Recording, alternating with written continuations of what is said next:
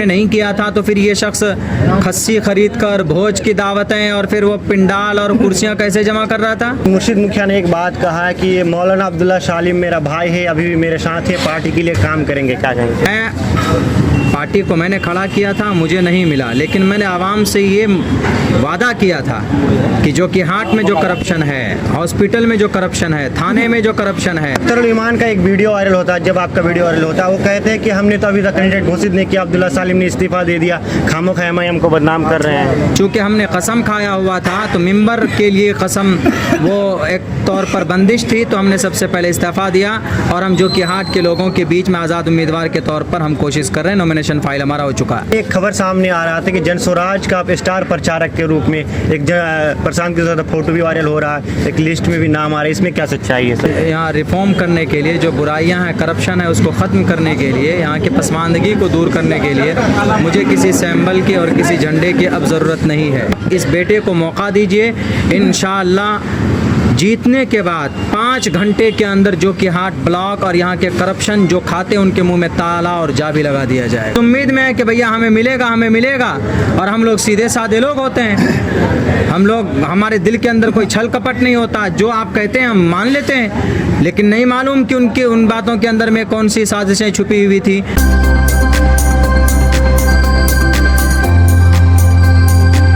दोस्तों फिलहाल हमारी मौजूदगी अररिया 0 माइल में है और हमारे साथ अब्दुल्ला सालिम चतुर्वेदी है। जिस तरीके से आपने देखा पिछले कई दिन से खींचातानी के बाद फिर से अब्दुल्ला सालिम चतुर्वेदी ने आज अपना नामांकन दर्ज किया है, तो क्या कुछ कहेंगे, उनसे बातचीत करेंगे और जानने का प्रयास करेंगे। सर आपका बहुत बहुत स्वागत टू रिपोर्ट में। आपका भी बहुत शुक्रिया। सर आज आपने नामांकन किया बहुत खींचतान के बीच, जिस तरह से सोशल मीडिया में आपका वीडियो वायरल हुआ, और क्या कहेंगे सर? देखिए मेरी तैयारी तो बहुत पहले से थी ही इलेक्शन लड़ने की, सन 2020 में भी थी और अभी तो मेरी थी ही, बहुत पहले से मेरी तैयारी थी।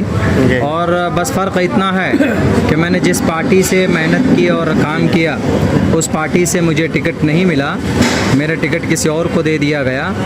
लेकिन ये है कि मुझे सीमांचल और ख़ुसूसन जो कि हाट के अंदर तब्दीली लाने के लिए और यहाँ रिफॉर्म करने के लिए, जो बुराइयां हैं, करप्शन है, उसको ख़त्म करने के लिए, यहाँ की पसमानदगी को दूर करने के लिए मुझे किसी सैम्बल की और किसी झंडे की अब ज़रूरत नहीं है। इसीलिए हमने लोगों के, अल्लाह के फजल पर, लोगों के उस पर भरोसे पर हम यहाँ पर आए हैं और आज हमने अपना नॉमिनेशन फाइल किया है और बस अब 1-2 दिन के बाद में प्रचार प्रसार का काम भी शुरू होगा। सर आज मुर्शिद मुखिया ने एक बात कहा है कि ये मौलाना अब्दुल्ला सालिम मेरा भाई है, अभी भी मेरे साथ है, पार्टी के लिए काम करेंगे, क्या कहेंगे? मैं कैसे कर सकता हूँ? मैंने खुद ही नॉमिनेशन फाइल किया है, मैं खुद ही मैं कैंडिडेट हूँ, मैं उनके लिए कैसे काम कर सकता हूँ? इसीलिए खैर वो उनकी एक सोच है।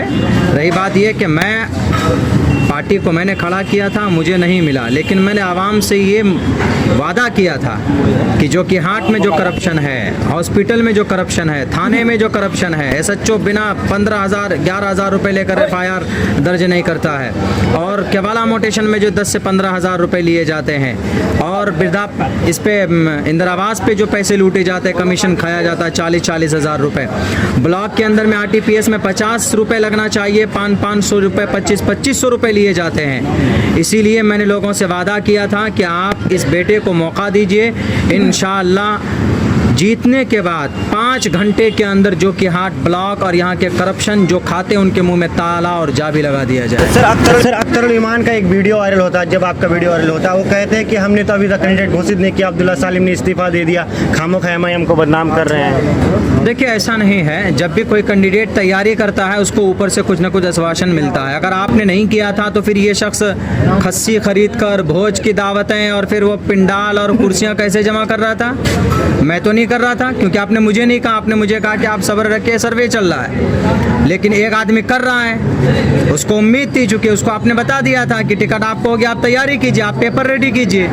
हम इस उम्मीद में है कि भैया हमें मिलेगा और हम लोग सीधे साधे लोग होते हैं, हम लोग, हमारे दिल के अंदर कोई छल कपट नहीं होता, जो आप कहते हैं हम मान लेते हैं, लेकिन नहीं मालूम कि उनकी उन बातों के अंदर में कौन सी साजिशें छुपी हुई थी।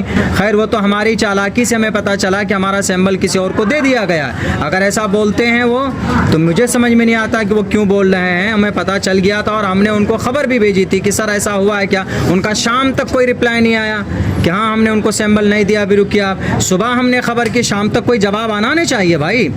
बोलते हैं कि हम मोबाइल नहीं देखते, मोबाइल नहीं देखते हैं तो फिर आपको खबरें कैसे पहुंचती, मोबाइल फ़ोन कैसे उठाते हैं आप। ये बातें खैर टालने के लिए होती हैं। हमें जब पता चल गया, जब 12 घंटे का इंतज़ार हमने किया, जब कोई रिप्लाई नहीं आया, फ़ोन मिलाया फ़ोन नहीं लगा, तब जाकर हमने कहा कि भाई अब यहाँ पर वक्त ज़ाय करना बर्बाद है। चूँकि हमने कसम खाया हुआ था तो मेंबर के लिए कसम वो एक तौर पर बंदिश थी, तो हमने सबसे पहले इस्तीफ़ा दिया और हम जोकीहाट के लोगों के बीच में आज़ाद उम्मीदवार के तौर पर हम कोशिश कर रहे हैं। नॉमिनेशन फाइल हमारा हो चुका है। सर इस बीच में एक खबर सामने आ रहा था कि जन स्वराज का आप स्टार प्रचारक के रूप में एक प्रशांत के साथ फोटो भी वायरल हो रहा है, एक लिस्ट में भी नाम आ रहा है, इसमें क्या सच्चाई है सर? देखिए, मैं अभी आप खुद ही अंदाज़ा लगा सकते हैं, मैं आज़ाद इंडिपेंडेंट हूँ। मैं एक बिल्कुल निर्दलीय मैं चुनाव लड़ रहा हूँ। इससे खुद ही आप रिज़ल्ट निकाल सकते हैं कि भाई क्या सही है क्या गलत है। इसीलिए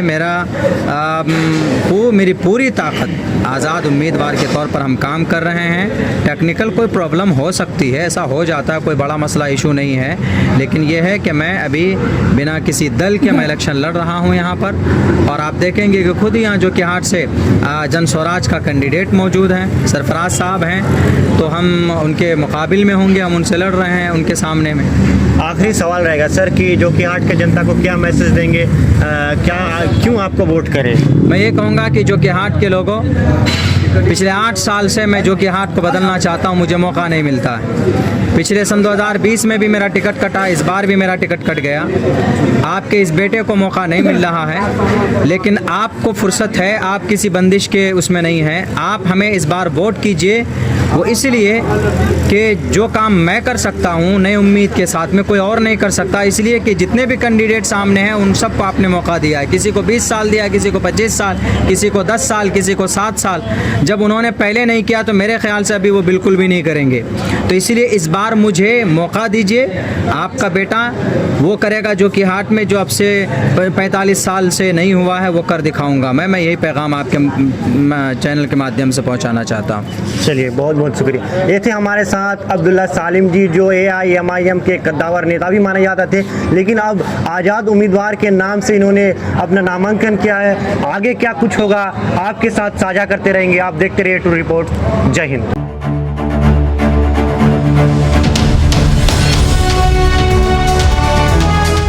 ट्रू रिपोर्ट्स, सच आप तक।